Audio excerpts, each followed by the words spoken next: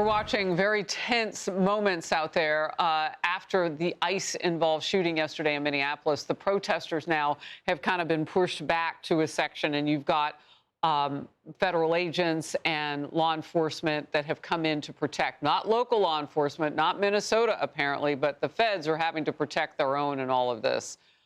Their shouting matches were going on simultaneous to this happening on Capitol Hill. So you have that going on, and then you have something that also involved Minnesota, the state of Minnesota, but in a very different way. It was a hearing on the massive fraud scandal there, and it got personal and cringy.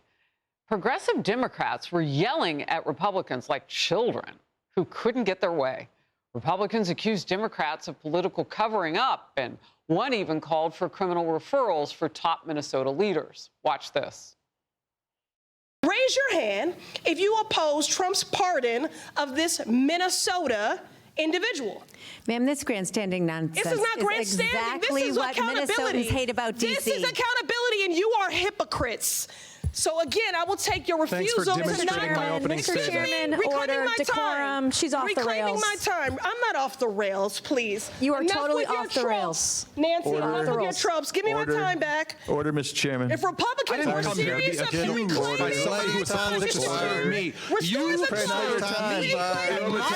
You have no time left. You're You're accuse me of things in this chamber. You're out of time. You're out of time. You're out of time. We're done here. Touch in out of time. At least 10 Mr. Chair, she's out of time. Time's expired. Out of order and out of time. Ms. Presley, you've already secured your MSNBC spot tonight.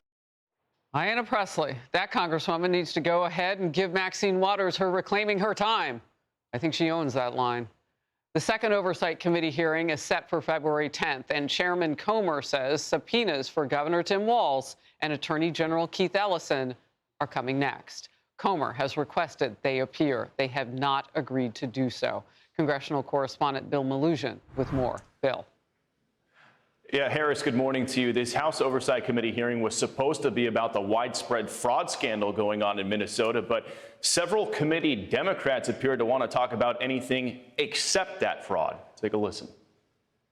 What percent of sexual assaults in the United States are committed by white men? I have legislation that will take Trump's name off that building and restore it. Raise your hand if you oppose the pardon of George Santos. I stand with the Somali and the immigrant community. Mr. Ballou, are you aware of allegations that $50,000 in taxpayer dollars have been given to someone that is currently sitting in this administration by the name of Tom Homan? And Harris, as you mentioned, that hearing also went off the rails multiple times. That included a clash between House Oversight Committee Chairman James Comer and one of the committee's Democrats. Ms. Lee, the IGs are hired to identify fraud. They haven't identified fraud. The IGs have failed. But anyway. You all have failed. No, you all continue to fail. We've done nothing. You've had the gavel, Mr. Comer. We barely do hearings on anything that actually affects change. Now, there was some substance to the hearing. Three of the witnesses were Minnesota lawmakers who helped sound the alarm to the fraud. Do you have any doubt that Governor Tim Walz knew about this fraud as it was occurring? He absolutely knew that it was occurring. Why would Governor Walz let $9 billion in fraud occur? Mr. Hudson. In my opinion, because it was politically beneficial to Democrats. Again, the Somali community is a huge constituency group, and we've had some tight races in Minnesota, and it makes a difference for them. Because it's a huge part of the Democrat voting base in Minnesota. Is that correct? Correct. And Harris, I was in that hearing room yesterday. I can tell you there was a lot of face palming going on during those heated exchanges, a lot of eye rolls as there was just constant arguing. Now, Republicans have been targeting Democratic Governor Tim Walz. As you mentioned in the intro, the committee has invited him to come testify at next month's hearing. Chairman James Comer tells me he has not heard back from Governor Walz just yet. He says if he doesn't, he will subpoena him in an effort to force him to come to Capitol Hill. We'll send it back to you. Yeah, we had the chairman on yesterday, and that's exactly what he was saying. But he expressed so much interest in Keith Ellison, the Attorney General, as well. Great reporting as always, Bill. Good to see you. Thank you. Senator Markwayne Mullin, Republican of the great state of Oklahoma, member of the Armed Services and Appropriations Committees, joins me now.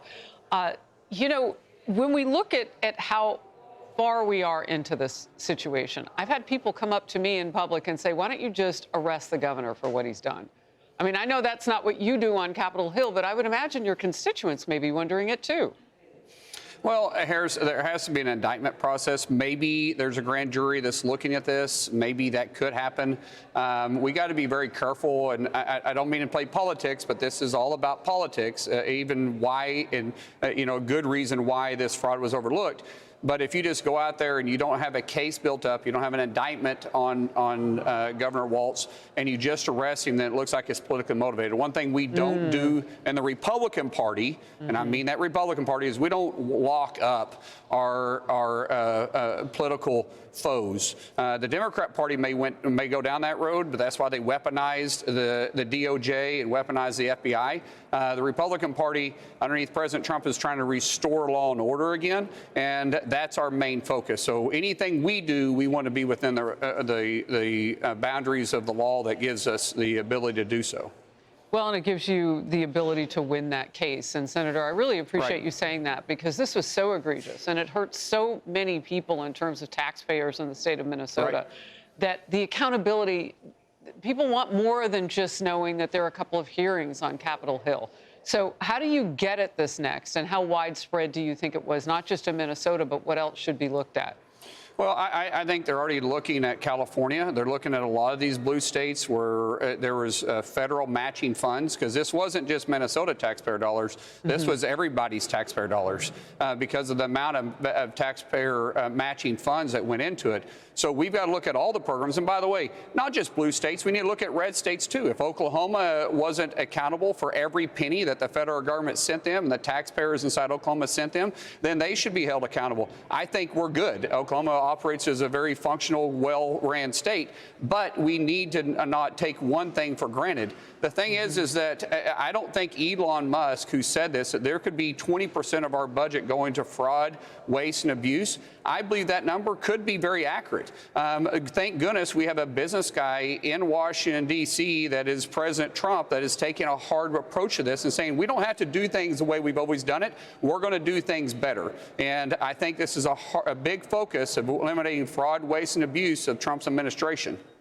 Whose job is it, Senator, to claw back that money if you can even find it?